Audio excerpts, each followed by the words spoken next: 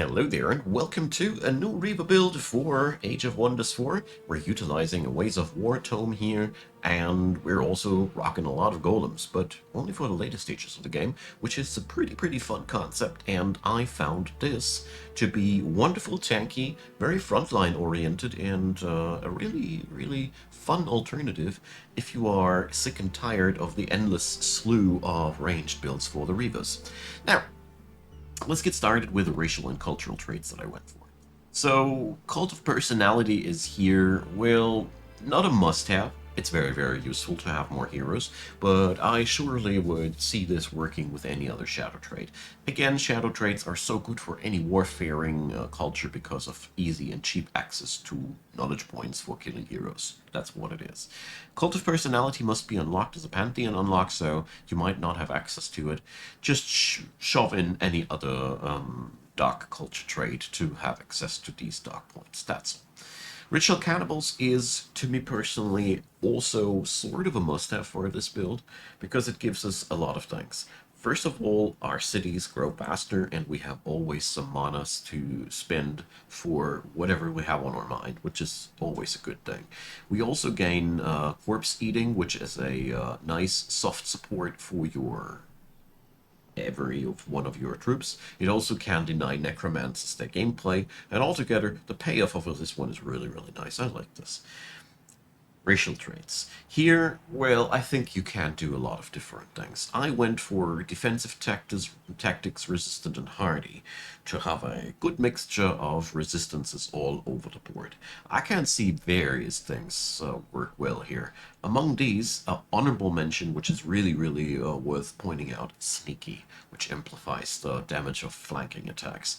This build is inflicting blindness a ton, and therefore yeah, you can utilize this if you want some more oomph. Here I went for a full-on defensive package, and I didn't regret a thing.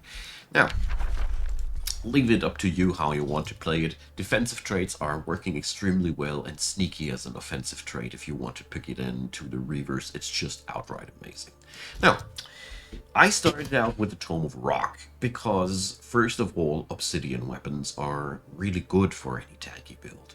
You stack up that bleeding eventually up to 20 damage per turn, which can be really devastating eventually. And it also gives you a soft upgrade for pretty much everything in your front line. And also your back line, which is really what I like. You also gain Earthkin, defense bonus, like that. Rock Blast, wonderful single target damage spell. Stone Skin for some emergency tankiness. But most importantly, Lesser Stone Spirits and Gargoyles are really a good fit for your early game. Lesser Stone Spirits give you access to shield units, which any tanky build really wants to have. They are very early available, and eventually they even turn into really good units if you can keep them alive. If not, oh well, you can just summon a few new, doesn't matter. The Gargoyles are hard to kill shock troopers that can fly. The fact that they fly makes them so versatile because they can just dive into the backline of the enemy, and oh yeah, I love the payoff of these. They're really good. Central Quarry is also making your cities really productive. Seriously, that's a lot of hammers, and if you can get it up, it makes your city development a lot faster, which is pretty interesting because we are rocking a pretty good economy, because the other tier 1 tome that I pick up here is Faith. We picked that up to make sure that the tankiness part of our build works out well. Staves of Mending to give all supporters free touch heal. Chaplains to give us some ranged healing capabilities. Mind you that your native supporters can only touch heal by themselves naturally, so it's a really good fit. Faith and Reavers works amazingly well together. It also gives you access to the Abbey Province Improvement, which is, in my cities, all my cities have at least 2 farm provinces, because that boosts a lot of buildings. So the minimum payoff that I get out of this is 16 knowledge and a free research post. You can also amplify that if you want to, but even if you don't, focus onto this. 2 farms, 16 knowledge. It's a good payoff, I think. Convents are boosting a stacking reward for happy cities. Never a bad thing. Overall, this book gives us a good boost in our knowledge economy and in our tankiness, which is both wonderful. Tier 2 comes, and we pick up Artificing, because Otherwise, our shadow, our damage would really be outshadowed in the late game. Artisan Armaments gives you a good edge on your melees. 30% critical hit is a lot, and your skirmishes get to dip into that as well, which is really cool. Siege Magic makes your supporters hit slightly harder, but most importantly, they help you while sieging cities, which is a invaluable trait. Bolt Repeaters and Artisan Fortifications help you to bang down cities and protect your cities. These bolt repeaters are really powerful. You get a really, really nice ranged attacker that is really obnoxious to deal with. It's not much damage, but it's nice to soften up the enemy anyways. And the Iron Golem. I promised you golems, and this is the beginning of the golems. So the Iron Golem is excellent as the frontliner for the mid and late game. They are tier 3, they hit quite hard, they tank really well, they're not susceptible against damage over time effects and such things. I love these guys. We will iron out their weaknesses later, pun intended. The Golem Mine is also a good fit if you can fit it in. It gives you nice resources, but I often have not the time for that. Tier 2, the second one, Shades. This is a wonderful fit for this build, as we have on our Overseers a natural ability to blind. Our native supporters blind already. And with this tome, we gain more and more abilities to blind the enemy, which allows our frontliners to ignore 50% of their defenses, which is outright amazing. We gain Living Shadows as a racial transformation, which makes us harder to kill, but most importantly, gives us a chance that the enemy will turn themselves blind when they attack us, which is amazing. Tier 3 Skirmishes, which are really, really cool complements to the skirmishes that we already got. They hit harder the more dead a person is, and they get a ranged attack that blinds enemies each turn, so high synergy. We gain a nice little nuke that also blinds enemies and sunders their defenses, which is also very, very synergistic. But my personal highlight here is the Shade Network. Together with the knowledge income of the Tome of Faith, you can crank out a substantial amount of knowledge and gain some good momentum with this build, which is always an important thing. When comes the time for Tier 3, Tome of Dreadnought, it's really, really, really, really, really powerful for us. Warding Metals gives our constructs and shield units a +3 on magic resistance. This is the point where your Iron Golems will be just stupidly hard to kill, because their only weakness is that their magic resistance ain't that high. There, well, that's no longer a thing. We also gain Pinning Barrage and Destabilized Mana Cores as new nukes that we can spread over the battlefield. Tuning Kits gives your supporters a free ability which heals your constructs and overcharges them, which might end up in a self-stun, but also gives them a stupidly high amount of extra damage. We gain Great Bombards as a siege project, so we can siege down cities better, and the Ironclads, which are, yeah, just another construct that we can use nicely. Mind you that your native tier 3 unit, the Magelock Cannon, is also very synergistic with this book altogether. That's why I really, really love this. You also gain a +2 on all constructed or recruited construct units. This is really a substantial bonus, because we're rocking more and more constructs the older this build gets. The other tier 3 that I recommend to pick up here, and this is where we are stuck in the Materium Tome for good, is then Transmutation. I had a hard time deciding between Terramancy and Transmutation, but I wanted to go for this one. We don't get the hugest payoff out of the Transmuter because we don't have any enchantments that boost up Battle Mages. They still have their usefulness with Petrify Spell, but I would even go as far as you might even want to skip them out, because you just don't synergize with Battle Mages that well. If you see it differently, they are not bad. The Shift Armor component on their basic attack is amazing, as it softens up the enemy and boosts up your defenses, which is really, really good. Their damage profile just outright sucks for a tier 4 unit, in this build specifically. Meld Armor softens up the enemy, which is really good. Adaptive Armor, which makes your frontline even harder to kill, and Steel Skin, yeah, more defenses. What's not to like about that?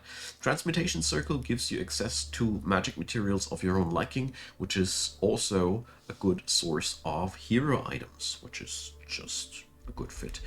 When comes tier 4, we just stay down here. You can Pick up Tome of Severing if you have access to it for severing golems. So we stick to the golem and construct way. We also would gain Null Shield for amazing status resistance and some other goodies. And of course Golden Realm, because gold golems are just the pinnacle of our tier 5 units. We are able to heal units like crazy, and this is just one of the many reasons why you also can't skip the transmuters, because these guys stun better than your transmuters. This tome also brings you riches beyond measure, and eventually, with the Tome of the Creator, we finish up this build, get a Titan of the Earth available, and we also can keep our little stone spirits and gargoyles alive via undying. It doesn't matter at that point. So, strat-wise, the wonderful thing about this build is I have not found a single useless unit in this roster. It's quite amazing. The Harriers are really good, they only die too fast. But since we have so many defensive supplements, even they can tank quite a shot. They have nice HP, they have some defenses due to Earthkin and other enchantments. Here, resistant trait +2, they aren't not that easy to kill. They can immobilize enemies, and we are using here marking only as a mechanic to boost up our backliners' damage, but we don't do that much more. So you don't need to focus it as hard as with any range build. So Harriers are really the lowest rung of your ladder, and I see them as the least attractive unit. Mercenaries are really much more interesting for this build. They have much better defensive traits, they can push a unit back, they have spear units, so their retaliation is really good, because they have charge resistance and first strike, and they kill large units better. They are really, really good for your early game, and you can just keep them until they die, basically, or you replace them with something better.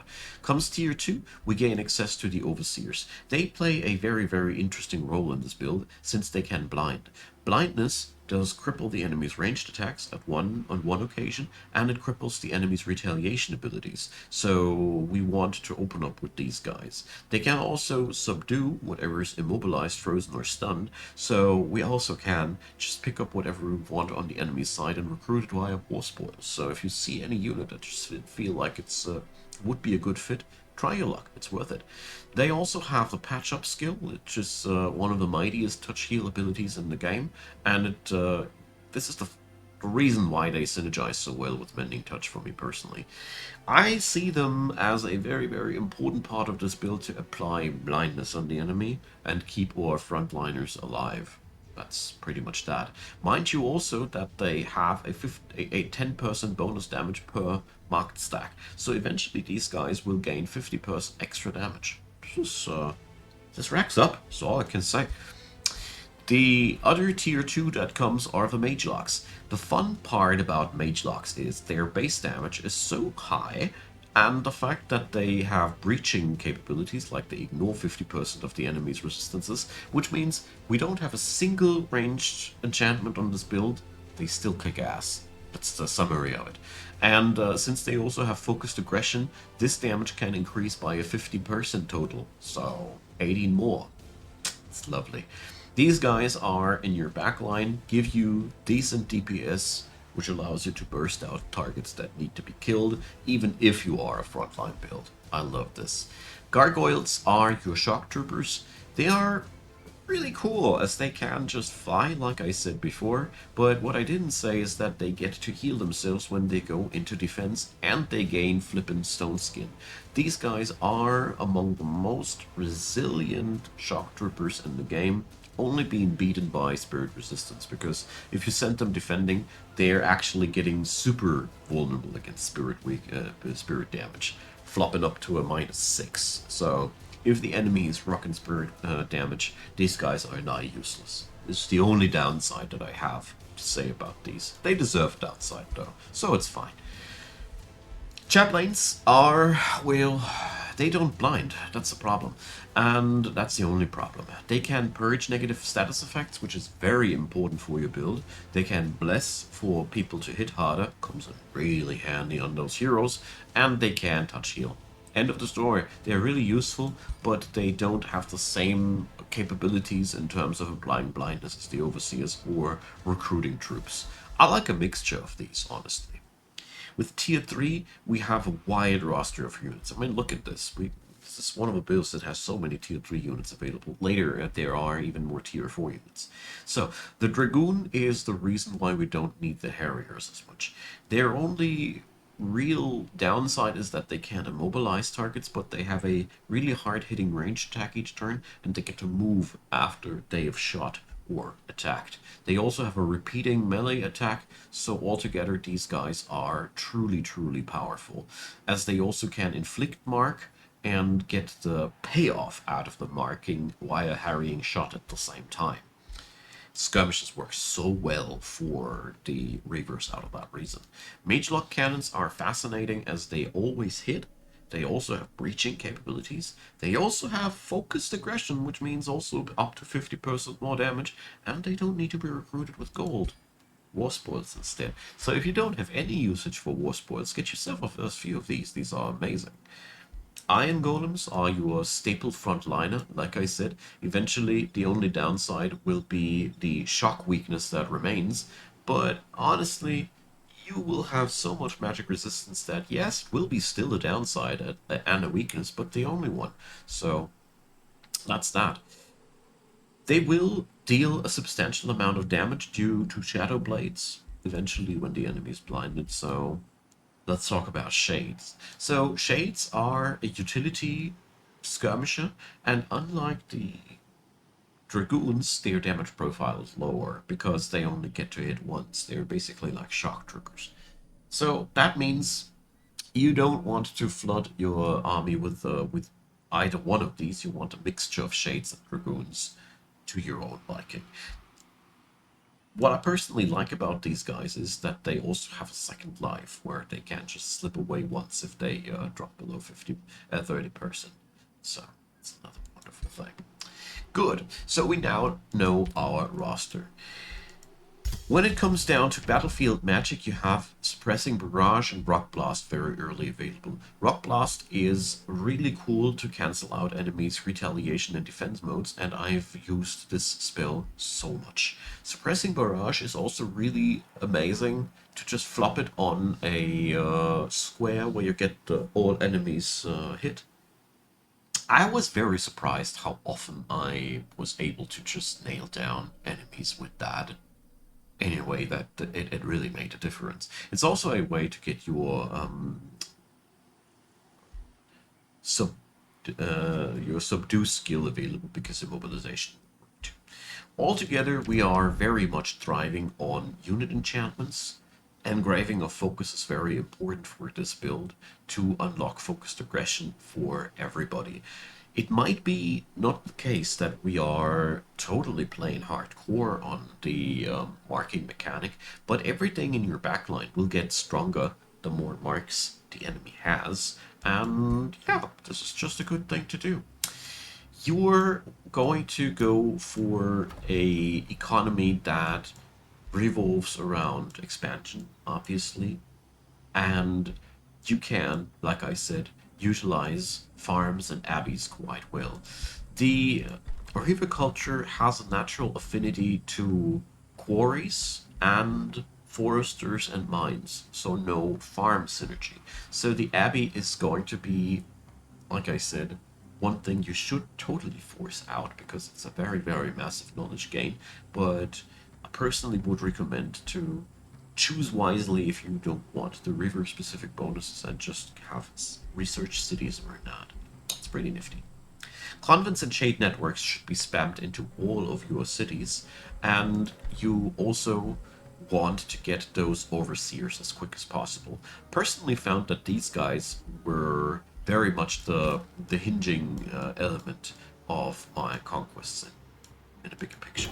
So, when it comes down to the hero, I went for a Wizard King, and I would recommend to do so because channeling ritual can be outright amazing with battle magic, because we don't summon too much, which means most of our mana is always available for combat magic.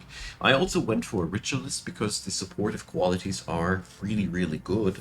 And, well, I do not expect the ritualists to stay that powerful, but however the nerfs will hit, Conjure Wild growth currently is just insane.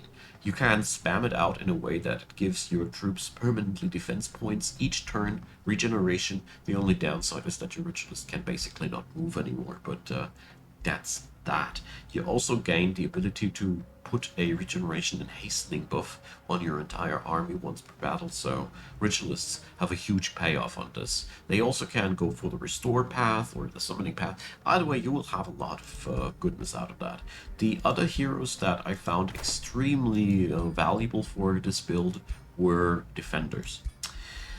First off, defensive formation is amazing for this build. You will get so much payoff out of that.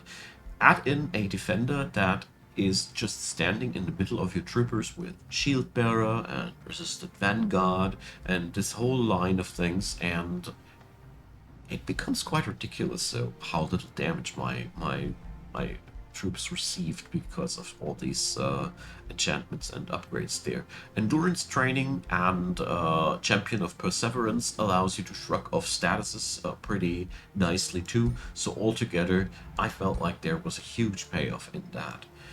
I think you can also go for any other character class, but Ritualists and Defenders I felt like were very synergistic with this build in general.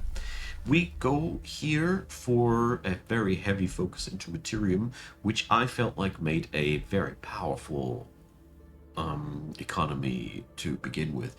We get city development quite cheaply, we gain a lot of mana out of our mines, we increase the income of cities that share a border with the drone city, which is also very powerful. We gain access to cheap and powerful artifacts. Seriously, that breastplate of the champion is sleeper OP. This is one heck of an artifact that you just gain for some Imperium, and the Right of Wealth is also in builds that rock so many Materium tomes, pun intended. The ability to just crank out 2000 gold very early on can sometimes be game changing, because you can do a lot of things with that. And the earlier you gain access to that, the more impact this has. Basically, this trait here becomes less powerful the older the game gets. It's just a side note. Alright, we also gain, like I said, access to knowledge extraction, all-seeing, and due to our splice into order, this build even has capacities to go into free city vassalization with knowledge extra output via all-seeing for the mid and late game. This is pretty cool, because this means you don't need to play the Reavers that destroy all the cities. You can also vassalize them and get the payoff out of that. I really enjoyed that one. What's left to say is that your build starts out a little bit slow, and you want a ton of supporters on this one, because basically if you run like 40% of your army as supporters, with a couple of heroes that you support with that and a couple of frontliners, I didn't really find anything that was really able to kill me anymore. You can bounce off of the cooldowns with a ritualist hero or two. You even have so much stuff to mitigate damage with that, yeah, you're slowly whittling down the enemy with this build. The actual power of this comes out of the synergy between marking and focused aggression, and the fact that we have tomes that let us ignore the enemy's defenses and critical hits, which adds up to a good grindstone of damage. This build doesn't excel at extremely high alpha strike bursts of damage quite from the get-go. You just stand there and grind down the enemy by being obnoxiously hard to kill and dealing out substantial amounts of damage that go up over time. The more marking stacks, the more damage. And sundering defenses come into the game plan later as well, so there's a lot of goodness in there. Your big kryptonite in this build is decay. So if your enemy is rocking decay, you have a problem, because decay shuts down heal. If this might ever happen to you, I personally would recommend to consider going into the famous tome, if I remember correctly. This was No, that was not working out like that. That's just positive status effects. You could go for any other tome to neglect negative status effects. I only can't think of the Tome of Alchemy at the very first glance, but there are a couple of options that you could go for. Mind you, though, that you have very, very high status resistance, but decay is pretty much the worst case scenario for your build, which I can currently think of. Ah, yeah, the Tome of the Dragon is what I was thinking of, which has a really, really good counter to that here in form of Purifying Flame with the AoE negative status effect remover. You have the chaplains for that, but if you happen to get into a longer war with decay focused troops, this might become truly a problem, mind you that. But everything must have a weakness, I suppose. So that's that. I hope you enjoy that. I really try to come up with some builds that break the mold a little bit, and I found this a really, really fun Reaver alternative because it is extremely sturdy. I've seen tier 1 troops tank 2 to 3 mage lock shots. That was pretty crazy. So yeah, it works out pretty decently. I hope you enjoyed. Leave me a comment, leave me a like, leave me a subscribe, and check out the description box. Feel free to support the channel. Many thanks for all of you who do, and many thanks for watching this video up until the very end. Appreciate having you, and have a good time. Bye bye.